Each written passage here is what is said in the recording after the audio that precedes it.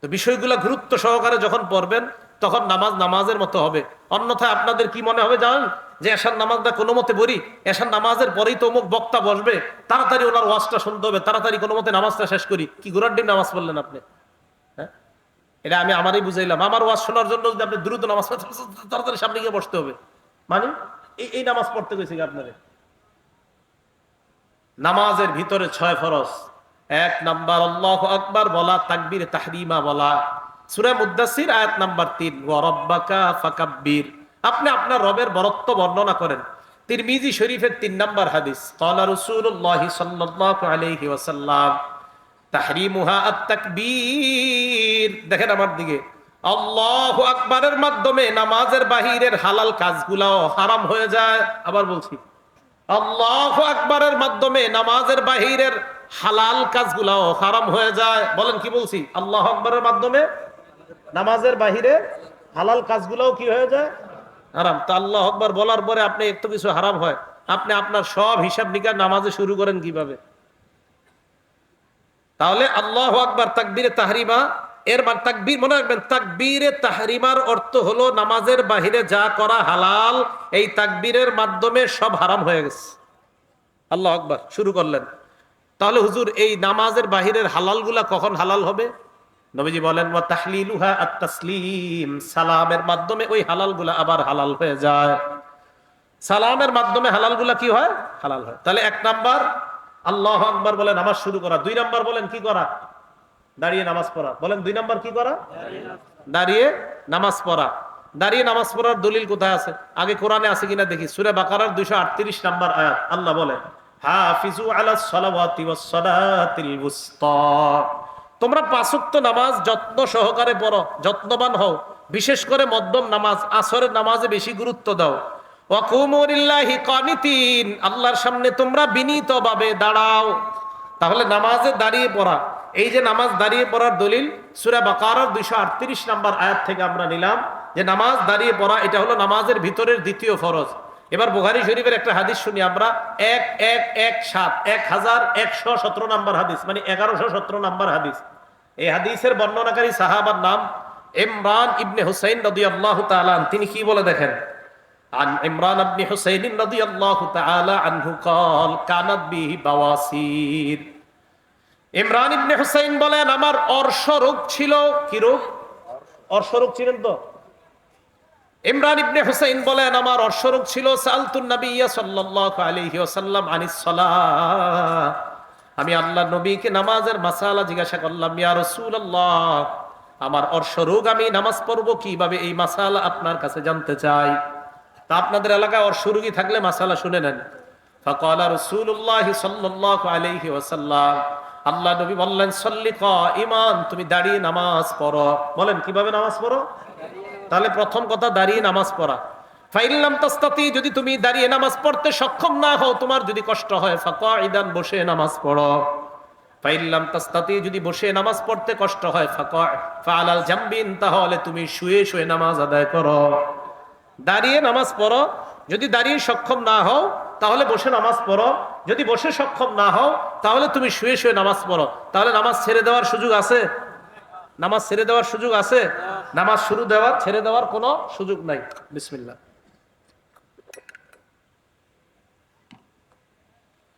নামাজের ভিতরে 6 ফরজ। 1 নাম্বার তাকবীরে তাহরিমা বলা, 2 নাম্বার দাঁড়িয়ে নামাজ পড়া। তাহলে দাঁড়িয়ে নামাজ পড়ার দলিল সূরা বাকারার 238 নাম্বার আয়াত থেকে পাইলাম, সহিহ বুখারীর 1117 নাম্বার হাদিস থেকে পাইলাম। 3 নাম্বার নামাজে দাঁড়িয়ে, 1 নাম্বার তাকবীরে তাহরিমা বলা, 2 নাম্বার দাঁড়িয়ে নামাজ, 3 নাম্বার কেরাত পড়া। 3 নাম্বার কি করা? কেরাত পড়া। সূরা মুজাম্মিলের 20 নাম্বার আয়াত, আল্লাহ বলেন, ফাকরাউ মা তায়াসসারা মিনাল কুরআন, কোরআনের যে অংশ সহজ ওই অংশ থেকে তোমরা তেলাওয়াত করবা। সহিহ বুখারী 757 নম্বর হাদিসের বর্ণনা, আল্লাহ নবী বলেন, যখন তুমি নামাজ শুরু করবা, নামাজ শুরু করার পর ফাকরা মা তায়াসসারা মাকা মিনাল কুরআন, তুমি কোরআনের যে অংশ সহজ সেই অংশ থেকে তুমি পড়বা। তাহলে সূরা মুজাম্মিলের 20 নম্বর আয়াতে কোরআনের যে অংশ থেকে সহজ পড়ো। আর বুখারী শরীফের 757 নম্বর হাদিস থেকে তাকবীর বইলা যখন নামাজ শুরু করবা, সুম্মা ক্রা মা তায়াসসারা মাকা মিনাল কুরআন, কোরআনের যে অংশ সহজ ওই অংশ থেকে পড়ো। তো 3 নাম্বার কেরাত পড়া। 4 নাম্বার রুকু করা, 5 নাম্বার সেজদা করা। 4 আর 5 এর দলিল সূরা হজের 77 নাম্বার আয়াত থেকে আমরা নিব। 4 নাম্বার রুকু করা, 5 নাম্বার সেজদা করা। আল্লাহ বলেন, ইয়া আইয়ুহাল্লাযীনা আমানুর কাউ ওয়াসজুদু, হে ঈমানদারগণ তোমরা রুকু করো, এটা হলো 4 নাম্বার। 5 নাম্বার ওয়াসজুদু, তোমরা সেজদা করো। তাহলে 4 নাম্বার রুকু করা নামাজের ভিতরের ফরজ, 5 নাম্বার সেজদা করা এটাও নামাজের ভিতরের ফরজ। 6 নাম্বার আখিরি বৈঠক। কি বৈঠক? এটা কোত্থেকে আসলো? এটা আসছে আবু দাউদ শরীফের 970 নাম্বার হাদিস থেকে। আল্লামা রাসূলুল্লাহ সাল্লাল্লাহু আলাইহি ওয়াসাল্লাম, এদিকে আসেন, আমার দিকে তাকান সবাই, দেখেন আব্দুল্লাহ ইবনে মাসউদের হাত ধরছে নবীজি এইভাবে। নবীজি আব্দুল্লাহ ইবনে মাসউদের হাত ধরার পর আখাযা বিয়াদাইহি, হাত ধরে ধরে আল্লাহ নবী আব্দুল্লাহ ইবনে মাসউদকে নামাজ শিখাইলেন। সুবহানাল্লাহ। নামাজ শিখানোর এক পর্যায়ে আল্লামাহুত তাশাহুদ, আল্লাহ নবী আব্দুল্লাহ ইবনে মাসউদকে তাশাহুদ পড়া শিখাইয়া দিলেন। আত-তাহিয়াতু লিল্লাহি ওয়াস সালাওয়াতু ওয়াত তাইয়্যিবাত, এইগুলা পড়া শিখাইয়া দিলেন। এরপর বললেন, আব্দুল্লাহ যখন তুমি নামাজের শেষ বৈঠকে এটা পড়বা, ও কজাইতা, অথবা এই পরিমাণ যখন তুমি পড়বা, পড়ার পর তোমার নামাজ আদায় হয়ে গেছে, এরপরে যে আল্লাহুম্মা সাল্লি আলাইহি এগুলা পড়া, বাকি তাশাহুদ পরিমাণ বসে থাকা, এই পরিমাণ কিন্তু আপনার বসে থাকতে হবে, পড়তে হবে। তো নবীজি বলেন, এতটুকু যখন পড়বা, ফাইন শিইতা, এতটুকু বললে তোমার নামাজ হয়ে যাবে। ফাইন শিইতা ফাকুম, এখন যদি মন চায় তুমি দাঁড়িয়ে যাও। আন শিইতা আন তাকউদা ফাকউদ, আর যদি মন চায় বইসা থাকো, তুমি বইসা বইসা নামাজ আদায় করো, সমস্যা নেই, নামাজ আদায় করতে পারবা। তবে এতটুকু মনে রাখবা যে তাশাহুদ পরিমাণ আখিরি বৈঠক, এই বৈঠক করাটা এটা নামাজের ভিতরের ফরজ। এটা নামাজের ভিতরের কি ফরজ? তাহলে নামাজের ভিতরে ফরজ হলো কয়টা? 6টা। বাহিরে কয় ফরজ? 7 ফরজ। আপনারা শুধু একটু মন দিয়ে শোনেন, আমি একবারে সবাই মাথাটা লাগান এইদিকে। নামাজের বাহিরে 7 ফরজ। 1 নাম্বার শরীর পাক, এই দলিল নিলাম সূরা মুদ্দাসসিরের, এই দলিল নিলাম সূরা মাইদার 6 নাম্বার আয়াত থেকে। 2 নাম্বার কাপড় পাক, সূরা মুদ্দাসসির আয়াত নাম্বার 4। 3 নাম্বার নামাজের জায়গা পাক, সূরা বাকারা আয়াত নাম্বার 125। 4 নাম্বার সতর ডাকা, সূরা আরাফ আয়াত নাম্বার 31। 5 নাম্বার কেবলামুখী হওয়া, সূরা বাকারা আয়াত নাম্বার 144। 6 নাম্বার অক্তমত নামাজ পড়া, সূরা নিসা আয়াত নাম্বার 103। 7 নাম্বার নামাজের নিয়ত করা, সহিহ বুখারী হাদিস নাম্বার 1 নাম্বার হাদিস। নামাজের ভিতরে 6 ফরজ। 1 নাম্বার তাকবীরে তাহরিমা বলে নামাজ শুরু করা, সূরা মুদ্দাসসির আয়াত নাম্বার 3 এবং তিরমিজি শরীফের হাদিস নাম্বার 3। এরপরে আপনার দাঁড়িয়ে নামাজ পড়া, এইটা পাইলাম সূরা বাকারার 238 নাম্বার আয়াত থেকে। আবার পাইলাম সহিহ বুখারীর 1117 নাম্বার হাদিস থেকে। 3 নাম্বার কেরাত পড়া, সূরা মুজাম্মিল 20 নাম্বার আয়াত, সহিহ বুখারী 757 নাম্বার হাদিস। 4 নাম্বার রুকু করা, সূরা হজ আয়াত নাম্বার 77। 5 নাম্বার সেজদা করা, সূরা হজ আয়াত নাম্বার 77। 6 নাম্বার আখিরি বৈঠক, অর্থাৎ আত-তাহিয়াতু পরিমাণ অন্তত বৈঠক করা। দলিল আবু দাউদ শরীফ 970 নাম্বার হাদিস। তাহলে মক্তবের বাচ্চাদেরকে নামাজের যে ফরজ শিখানো হয়, এটা কি মক্তবের মধ্যে এদেরকে নিজের বানানো শিখানো, না কোরআন হাদিস থেকে শিখানো? তাহলে মক্তবের বাচ্চারা নামাজের ফরজ ভিতরে বাহিরের ফরজ পারে, তার মানে কোরআন হাদিস পারে। তা আপনারা যারা বয়স 50 হয়েছে, আপনাদেরকে লজ্জা দিতে চাই না, এগুলো আপনারা যদি না পারেন কেমন হয়? নামাজের এই ফরজ সবার জানতে হবে। এবার আসেন, নামাজের ফরজ আমরা জানলাম যে এইভাবে আমরা নামাজ আদায় করা। আল্লাহ আমাদেরকে খুশু খুজুর সাথে নামাজ আদায় করার তৌফিক দান করেন। আমিন। 2 নাম্বার, মন দিয়ে শোনেন, ঈমানদারের গুণ, ওয়াল্লাযীনা হুম আনিল লাগবি মুরিদুন, যারা অনর্থক কথাবার্তা থেকে বেঁচে থাকে। অনর্থক কথাবার্তা দ্বারা উদ্দেশ্য, গানের মজলিসে যায় না, গান শুনে না, গান বলে না, অনর্থক কথাবার্তা বলে না, চা স্টলের সামনে দাঁড়ায় রাজনৈতিক পেঁচালে আলটা পাল্টা কথা বলে না, চা দোকানের সামনে বইলা এই হুজুরের বদনাম আরেকজনের কাছে কয় না, বরং চা দোকানের সামনে বইসা যতক্ষণ ওই ব্যক্তি থাকে ততক্ষণ অনর্থক কথা থেকে বাঁচে। ঈমানদারের 2 নাম্বার গুণ, আল্লাযীনা হুম আনিল লাগবি মুরিদুন, যারা অনর্থক কথাবার্তা থেকে বিরত থাকে, অনর্থক কাজকর্ম থেকে বিরত থাকে। গানের মজলিসে যাওয়া এটা অনর্থক কাজ, গান শোনা অনর্থক কাজ, মিথ্যা কথা বলা অনর্থক কথা, মিথ্যা কথা শোনা এটা অনর্থক কথা শোনা। কথা বুঝে আসছে?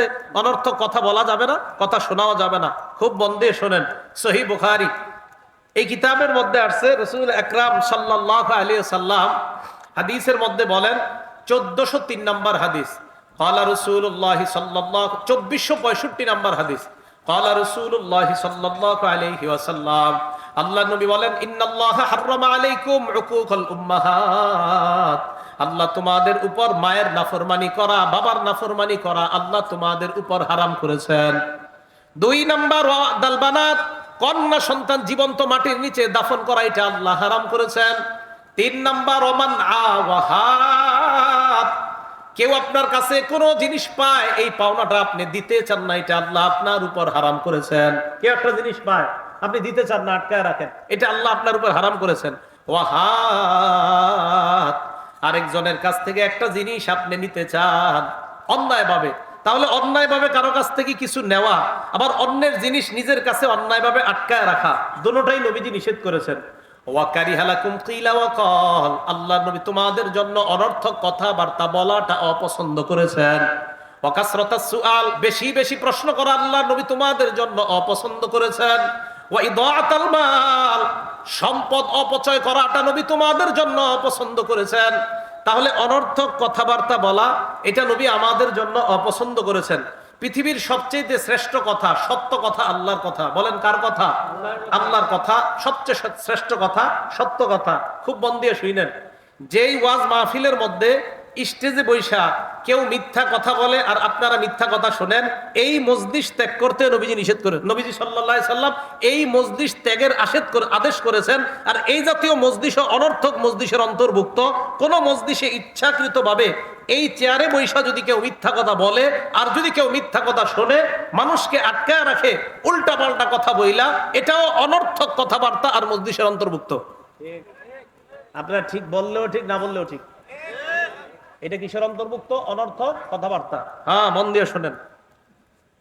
রাসূল আকরাম সাল্লাল্লাহু আলাইহি সাল্লাম হাদিসের মধ্যে বলেন, সহিহুল জামে 1353 নম্বর হাদিস, ক্বালা রাসূলুল্লাহ সাল্লাল্লাহু আলাইহি ওয়াসাল্লাম, আল্লাহ নবী বলেন, ফা ইন্না আসদাকাল হাদিসি কিতাবুল্লাহ, দুনিয়ার সবচেয়ে সত্য কথা হলো কোরআনের কথা। বলেন দুনিয়ার শ্রেষ্ঠ সত্য কথা কিসের কথা? কোরআনের কথা। সূরা হিজরের 9 নম্বর আয়াতে আল্লাহ বলেন, ইন্না নাহনু নাযালনা যিকরা, আমি নসিহতকে হেফাজত করব, আমি নসিহত নাজিল করেছি। বলেন জিকিরের অর্থ নসিহত।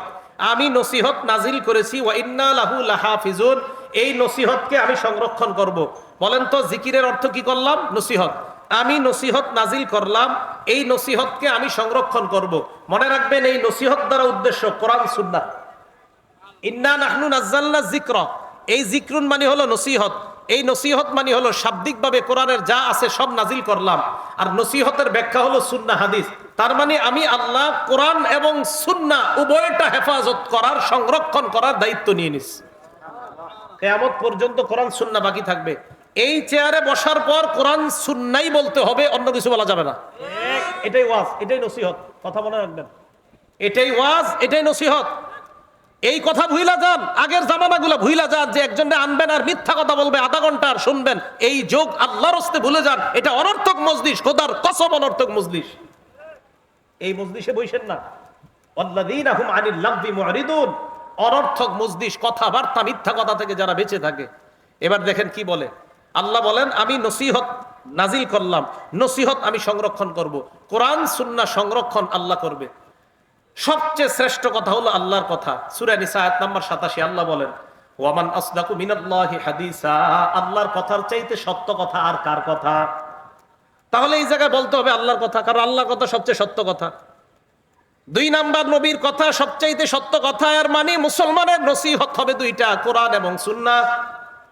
এই কোরআন সুন্নাহ অনুযায়ী মুসলমান কথা বলবে, কারণ আল্লাহর কথা সবচাইতে সত্য, আল্লাহর নবীর কথা সবচাইতে সত্য। এই জন্য সত্য কথা বলতে হবে, সত্য কথা শুনতে হবে। সূরা নিসার 127 নম্বর আয়াতে আল্লাহ বলেন, 122 নম্বর আয়াতে আল্লাহ বলেন, ওয়ামান আসদাকু মিনাল্লাহি কিলা, আল্লাহর কথার চাইতে সত্য কথা আর কার কথা হতে পারে? তাহলে আল্লাহর কথা সবচাইতে সত্য কথা। নবীজিও বললেন, ফাইন্না আসদাকাল হাদিসি কিতাবুল্লাহ, সবচেয়ে সত্য কথা হলো কোরআনের কথা। এই জন্য কোরআনের কথা এগুলো হলো সবচেয়ে সত্য কথা, এরপরে হাদিসের কথা এগুলো হলো সবচেয়ে সত্য কথা। এবার দেখেন রাসূল আকরাম সাল্লাল্লাহু আলাইহি সাল্লাম কি বলেন। ক্বালা রাসূলুল্লাহ সাল্লাল্লাহু আলাইহি ওয়াসাল্লাম, সহিহ বুখারী হাদিস নাম্বার 109 নম্বর হাদিস, মাইয়াকুল আলাইয়া মা লাম আকুল, আল্লাহ নবী বলেন, কোন ব্যক্তি যদি আমার নামে এমন কথা বলে যে এই কথাটা আমি নবী বলি নাই, বাংলাটা আমার সাথে বলেন, কোন ব্যক্তি যদি নবীর নামে এমন কথা বলে যেই কথা নবী বলে নাই, আবার নবী কি বলে দেখেন, মাইয়াকুল আলাইয়া মা লাম আকুল, কোন ব্যক্তি যদি আমার নামে এমন কথা বলে যে আমি বলি নাই, ফাল্যাতাবাওয়া মাকাদাহু মিনান নার, ওই ব্যক্তি যেন নিজের ঠিকানা জাহান্নাম বানায় নেয়। কোন ব্যক্তি আমার কথা বলে নাম বইলা, আর যেটা আমি বলি নাই সেই ব্যক্তি যেন তার ঠিকানা জাহান্নাম বানিয়ে নেয়। এখন আপনাদের সামনে বৈশাখীও বলল পাথরে যদি বিশ্বাস থাকে তাহলেও মুক্তি মিলবে। কোথায় বিশ্বাস থাকলে? এবং সাথে সাথে দলিল দিল কি, নবীজি বলছে। আগে নাউজুবিল্লাহ বলেন একবার। লাউ আন্না আহাদাকুম অথবা লাউ আহসানা আহাদুকুম জান্নাহু বিহাজার লানাফাআহুল্লাহ, তোমাদের কেউ যদি পাথরে ভালো ধারণা রাখে তাও তার উপকার করবে আল্লাহ। নাউজুবিল্লাহ। নবীর কথা বইলা এই হাদিস বইলা দিছে, মিথ্যা কথা, নবীজির কথা বলেনি। এই কথা নবীজি বলে নাই। নবীজি বলেন কেউ যদি আমার নামে এমন কথা বলে যা আমি বলি নাই, সে যেন তার ঠিকানা জাহান্নামে বানায় নেয়। তাহলে আল্লাহর কথা সবচেয়ে সত্য কথা, নবীর কথা সবচেয়ে সত্য কথা। আল্লাহর নামে বানিয়ে কিছু বলা যাবে না, নবীর নামে বানিয়ে বলা যাবে না। আল্লাহর নামে বানায়া বানায়া বিভিন্ন জায়গায় বলা হয়, বিভিন্ন জায়গাটা বলবো না কোথায়, বলার পরে আপনারা বুঝবেন এটি কারা কয়। আল্লাহ নাকি বলছে, কি বলছে, কুনতু কানজান মাখফিয়ান, আমি গোপন ভান্ডার ছিলাম, ফাআহবাবতু আন উরাফা, আমি পরিচিত হইলে চাইলাম, ফাখালাকতুল খালকা লিউরাফা, তাই আমি মানুষ বানাইলাম, সৃষ্টি বানাইলাম যেন আমার পরিচয় হয়। এটা নাকি আল্লাহ কোথায় বলছে? শাইখুল ইসলাম ইবনে তাইমিয়া রাহমাতুল্লাহ আলাইহি লেখছেন, লাইসা হাযা মিন কালামিন নবী সাল্লাল্লাহু আলাইহি ওয়াসাল্লাম, নবী এই জাতীয় মিথ্যা কথা কখনো বলে নাই, এটি মানুষের বানানো কথা। তো আল্লাহ নাকি বলছে কুনতু কানজান মাখফিয়ান, আমি ছিলাম গোপন, তাই আমি চাইলাম মানুষের মাঝে প্রকাশ পাই, তাই আমি সৃষ্টিকে বানাইলাম আমার প্রকাশের জন্য। নাউজুবিল্লাহ, এটা আল্লাহ বলে নাই। বিভিন্ন গানের মধ্যে বলা হয় কি, আনা আহমাদু বিলা মিম, বাকি এমনি বলে না, গানের মধ্যে বলে তিনি হলেন আহমদ, মিম সারা আহমদ। নবী নাকি বলছে আমি মিম সারা আহমদ, আহমদের মিম বাদ দিলে হয় আহাদ। নাউজুবিল্লাহ, আহাদ তো আল্লাহ। কয় নবী এভাবে কয় মিম সারা আহমদ, ওই নবী। নবী বলে নাই এই কথা যে আমি মিম সারা আহমদ, এটা নবী বলে নাই।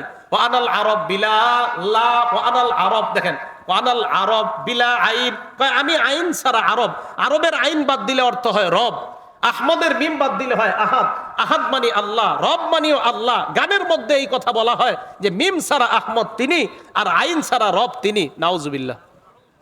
নবী বলেন আমার নামে যদি কেউ বানিয়ে এমন কথা বলে যা আমি বলি নাই, সে যেন তার ঠিকানা জাহান্নামে বানায় নেয়। সহিহ বুখারী হাদিস নাম্বার 110, قال رسول الله صلى الله عليه وسلم من كذب علي متعمدا فليتبوأ مقعده من النار, আমার নামে যদি জেনে শুনে কেউ ইচ্ছাকৃতভাবে মিথ্যা কথা বলে, সে যেন তার ঠিকানা জাহান্নাম বানিয়ে নেয়। আমার নামে যদি কেউ বানিয়ে ইচ্ছাকৃতভাবে মিথ্যা কথা বলে, সে যেন তার